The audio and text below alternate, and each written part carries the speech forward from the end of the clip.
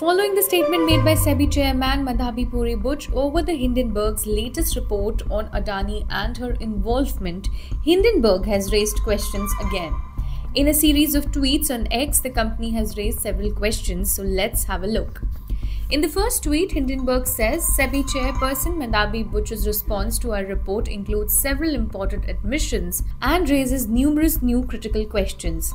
Buch's response now publicly confirms her investment in an obscure Bermuda-Mauritius fund structure alongside money allegedly siphoned by Vinod Adani. She also confirmed the fund was run by a childhood friend of her husband, who at the time was an Adani director. SEBI was tasked with investigating investment funds relating to Adani matter, which would include funds Ms. Buch was personally invested in and funds by the same sponsor, which was specifically highlighted in our original report. This is obviously a massive conflict of interest. Further, the tweet said, Buch's statement also claims that the two consulting companies she set up, including the Indian entity and the opaque Singaporean entity, became immediately dormant on her appointment with SEBI in 2017, with her husband taking over starting in 2019.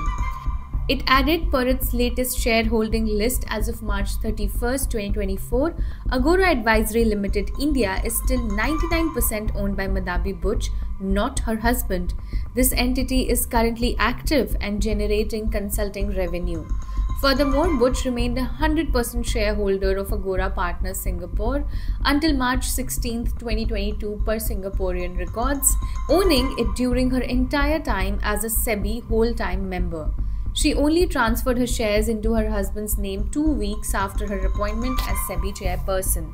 The next tweet read, the Singaporean consulting entity she set up doesn't publicly report its financials like revenue or profit, so it's impossible to see how much money this entity has earned during her time at SEBI.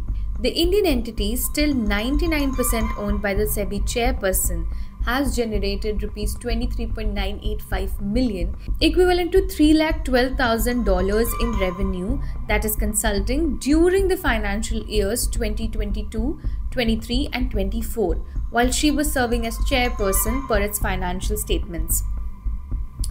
The next tweet read, this is especially important given whistleblower documents showing that Buch used her personal email to do business using her husband's name while serving as a whole-time member of SEBI.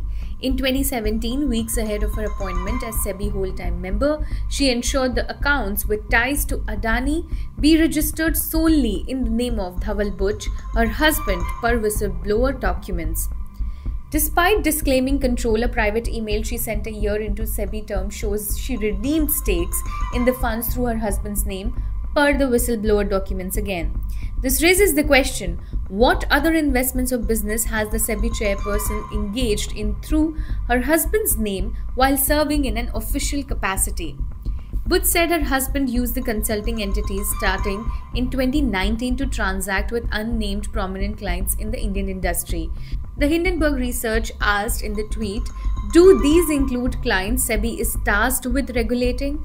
Buch's statement promised a commitment to complete transparency. The last tweet read, Buch's statement promised a commitment to complete transparency. Given this, will she publicly release the full list of consulting clients and details of engagements, both through the offshore Singaporean consulting firm, the Indian consulting firm, and any other entity she or her husband may have an interest in?